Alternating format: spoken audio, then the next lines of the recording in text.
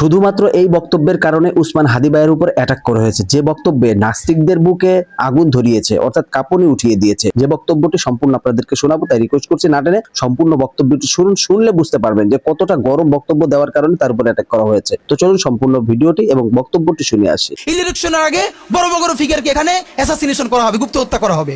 আমরা যদি শহীদ হয়ে যাই, আমাদের সন্তানেরা লড়বে, তার সন্তানেরা লড়বে। কিয়ামত পর্যন্ত বাংলাদেশ নামক জমিন যতদিন বেঁচে থাকবে ততদিন পর্যন্ত আজাদির সন্তানেরা লড়াই করবেই করবে। হাজার হাজার কোটি টাকা নতুন করে হাসিনার সাথে মিটিং করেছে। ইলেকশনের আগে বড় বড় ফিগারকে এখানে অ্যাসাসিনেশন করা হবে, গুপ্ত হত্যা করা হবে। পুরো এখানে ভারতীয় আধিপত্যবাদ এখানে সব থেকে বেশি অ্যাক্টিভ আছে। এখানে আওয়ামী লীগের হাজার হাজার কোটি টাকা, তার সচিবরা, তার পুলিশরা, তার পান্ডারা সব রয়ে গেছে। আর্মির মধ্যে একটা বড় অংশ রয়ে গেছে, কোনো সংস্কার করা হয় নাই। তারা বারবার স্যাবোটেজ করবার চেষ্টা করছে, এই রাষ্ট্রকে, এই সরকারকে ফেল করানোর চেষ্টা করছে। তো আপনি মুক্তিযুদ্ধের পরে যে ৩-৪ বছর এইরকম রাহাজানি হয়েছে, সেটাকে যদি অটকুন দিতে পারেন যে নতুন রাষ্ট্র গঠনের আগে এই ঝামেলাটা হয়, তাহলে এই যে নতুন বাংলাদেশের স্বপ্নের মধ্যে এইগুলোকে আপনি বড় করে মপ করে ফ্রেমিং করেন। আপনি এই জবান যে আপনার না, এই জবান যে দিল্লির জবান, ভারতীয় আধিপত্যবাদের জবান, সেইটা বুঝতে আমাদের পিএইচডি করা লাগে না। সুতরাং জুলাই সনদের সাথে নির্বাচনের ক্ষেত্রে শুধু আমাদের 2 মিনিট কথা। নির্বাচন হতে হবে। আমি একটু ভদ্রতার সাথে এবং শ্রদ্ধার সাথে বিনয় আমি জানাচ্ছি যে ভাইরা যেটা বলেছেন সকল দল মিলে আগামী 20 বছর নির্বাচন না হোক, না, এটা আমরা চাই না। আমরা নির্বাচন চাই। মানুষ গত 16 বছরে ভোট দিতে পারে নাই।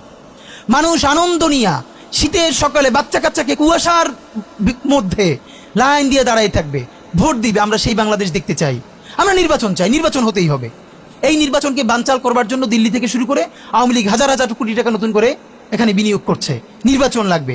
তবে আমাদের প্রশ্ন হলো, সেই নির্বাচনের ম্যান্ডেট হবে কি? এখানেই আমাদের কথা। কোন ধরনের আপোষ ছাড়াই নতুন নির্বাচন হইতে হবে জুলাই সনদের ভিত্তিতে। এইটাই আমাদের কথা।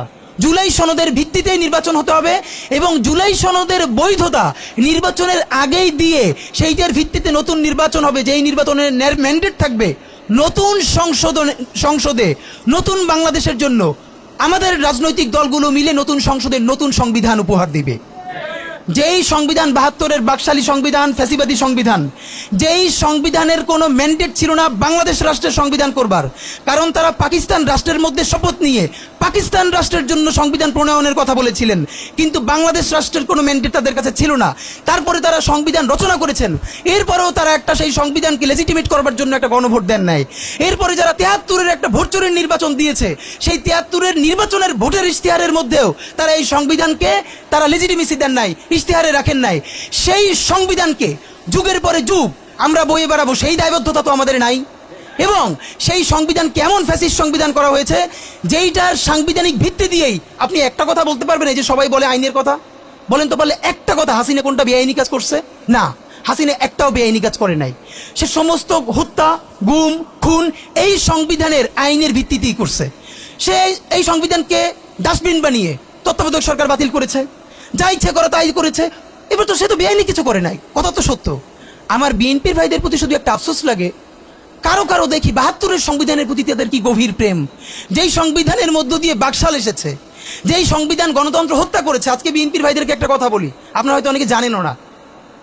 পৃথিবীতে দ্বিতীয় ইতিহাস আছে কিনা মান্না ভাই জানলে বলবেন, আমি ভাইয়ের কাছ থেকে শুনতে চাইব। জিয়াউর রহমান তো একজন সামরিক শাসক ছিলেন। একজন সামরিক শাসক সামরিক ফরমান জারি করে দেশে গণতন্ত্র ফিরেছে, পৃথিবীতে এই নজির নাই যেটা জিয়াউর রহমান করছেন। আপনারা কি জানেন? এই যে জিয়াউর রহমান গণতন্ত্র ফিরাইলেন, যার মাধ্যমে আওয়ামী লীগও রাজনীতি করার সুযোগ পাইল 22 সালের পর। সেটা কিসের মধ্য দিয়ে? তখন তো সংসদ নাই, সংবিধান তো সংশোধনও করা যাইতেছিল না। কিসের মধ্য দিয়ে? জিয়াউর রহমানের সামরিক ফরমানের মধ্য দিয়ে। পৃথিবীর একমাত্র একজন সামরিক শাসক যিনি ফিল করলেন না, সামরিক পন্থা দিয়ে করা যাবে না, গণতন্ত্রে ফিরতে হবে। এবং দেখেন হাসিনারে এবং আওয়ামী লীগের চরিত্রটাই হলো এরকম, এর যে একটু ভালোবাসে তার এসে হত্যা করে। শহীদ প্রেসিডেন্ট জিয়াউর রহমান শেখ হাসিনাকে দেশে আসার অনুমতি দিয়েছিলেন, সুযোগ দিয়েছিলেন এবং বলছে থাক সবাই রাজনীতি করুক। আসার 1 মাসের মধ্যে জিয়াউর রহমান শহীদ হয়ে গেছে, 13 দিনের মধ্যে। এবার দেখেন এই যে আমরা এখন যারা সবাই করতেছি, সুতরাং এটা একটা বিষ। এই বিষের সাথে আমরা কিভাবে লড়াই করব? জাতীয় ঐক্যমত্য তৈরি করতে হবে।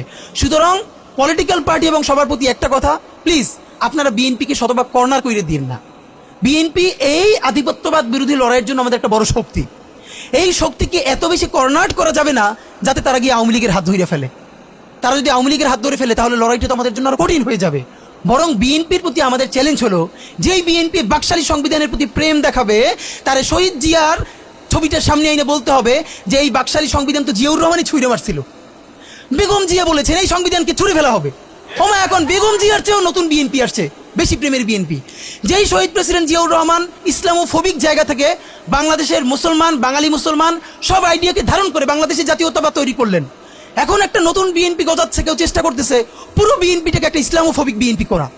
এ কি ভাই, ইসলামোফোবিক বিএনপি সে কোথায় যাবে? সে কি দিল্লি যাইতে চায়?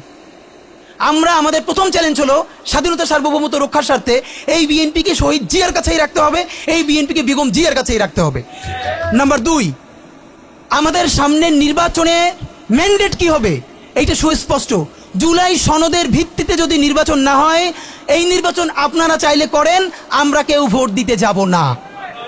নাম্বার 3, সেই নির্বাচনের পরে সংসদের ম্যান্ডেট কি হবে?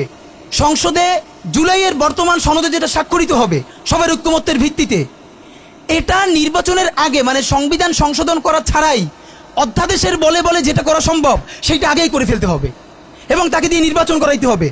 এবং আমাদের বিএনপির বন্ধুরা বলছেন 2 বছর সময় নিয়ে তারা সংসদে এইগুলো পাশ করাবেন। 2 বছর চলবে না, সর্বোচ্চ সময় 6 মাস।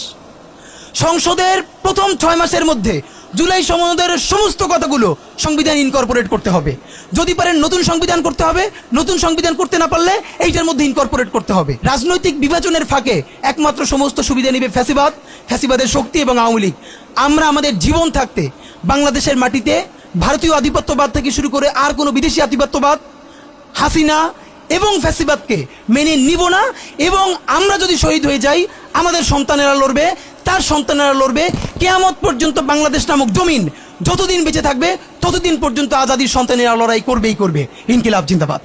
যাই হোক দর্শক মন্ডলী, হাদি ভাইয়ের সম্পূর্ণ বক্তব্যটি শুনতে পারলেন। তার যে কথাগুলো, শুধু এই বক্তব্যটা না, সে যে বয়ানগুলো করে বা যে বক্তব্যগুলো দেয়, প্রতিটি বক্তব্য কিন্তু নাস্তিকদের অন্তরে আগুন জ্বালিয়ে দেয়, নাস্তিকদের বিপক্ষে যেভাবে বক্তব্য দেয়। যাই হোক, তার বক্তব্যটি আপনারা দেখলেন, সম্পূর্ণ বিষয়টা মিলে আপনার মূল্যবান মতামত অবশ্যই কমেন্ট করবেন। ভিডিওটি ভালো লাগলে লাইক এবং শেয়ার করবেন। তো সবাই ভালো থাকবেন, সুস্থ থাকবেন। আসসালামু আলাইকুম ওয়া রাহমাতুল্লাহি ওয়া বারাকাতুহু।